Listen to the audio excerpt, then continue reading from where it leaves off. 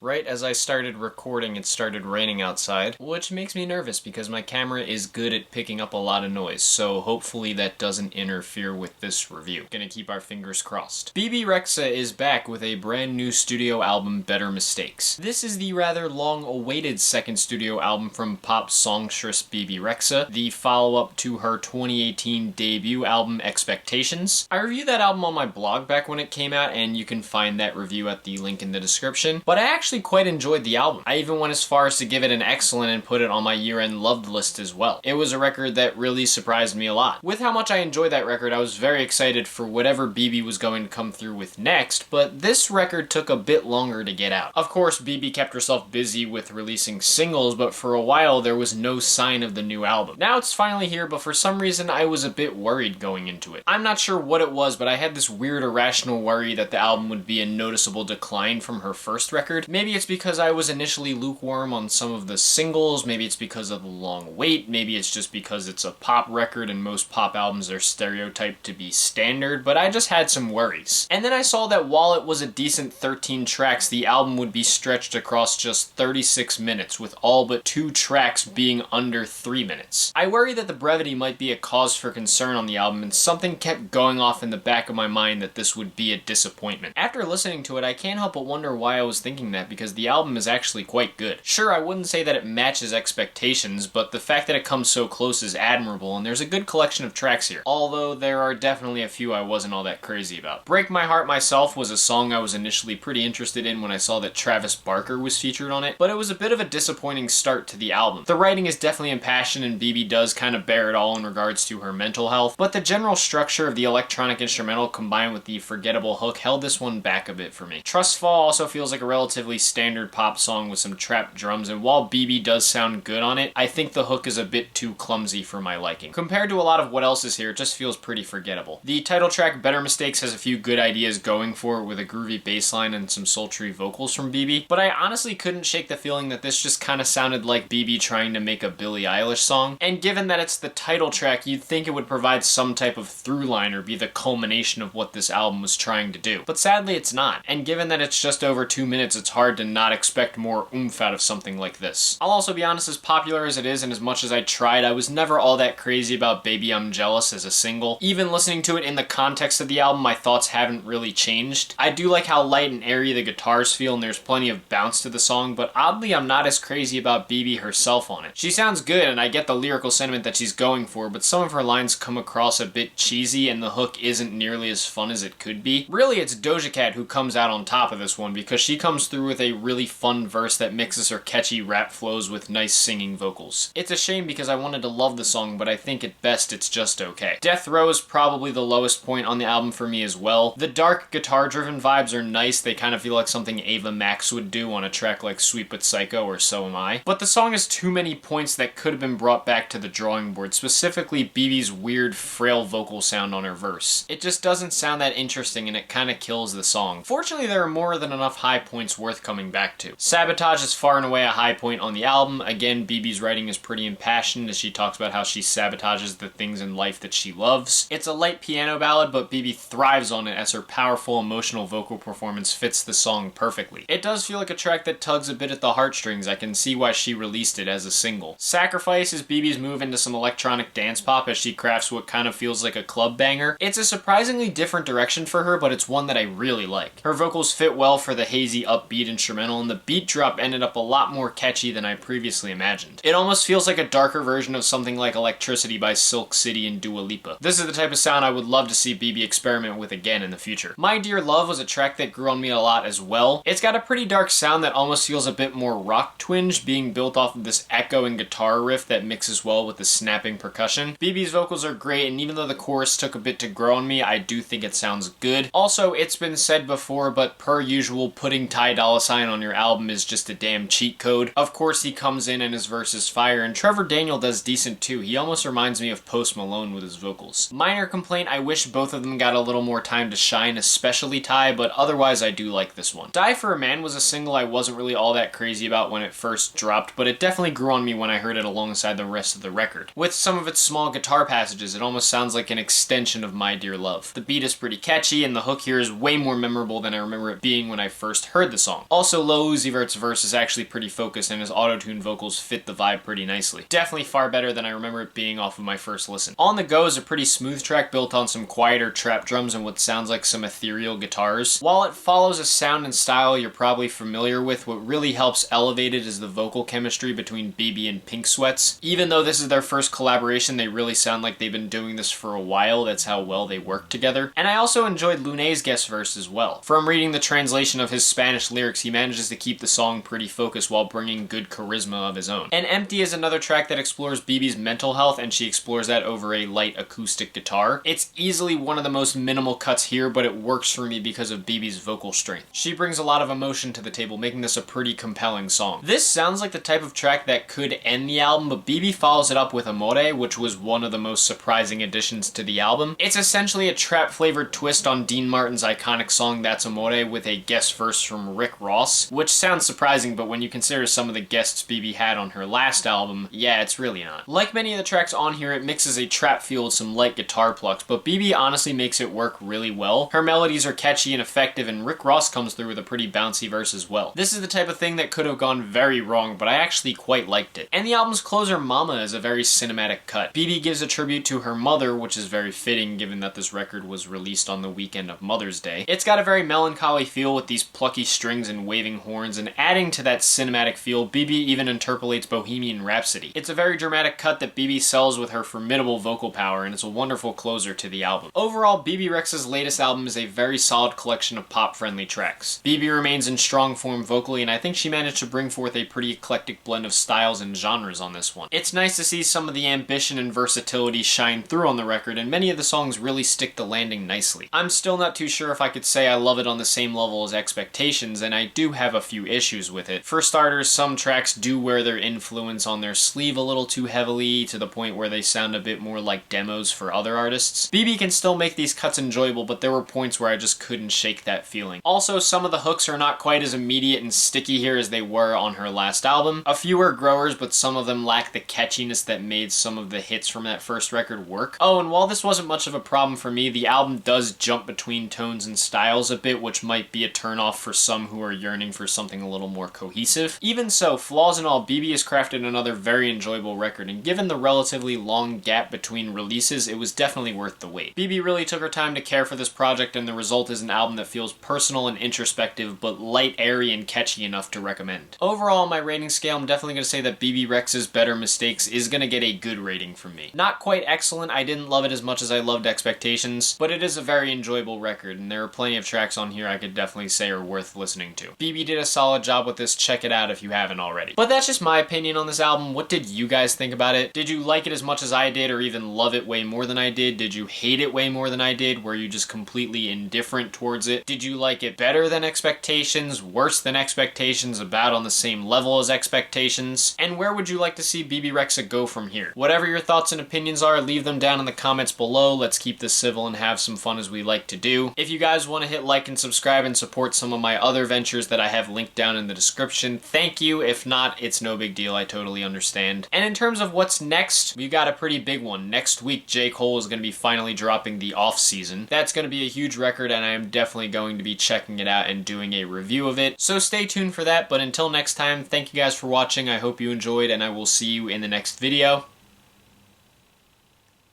Peace.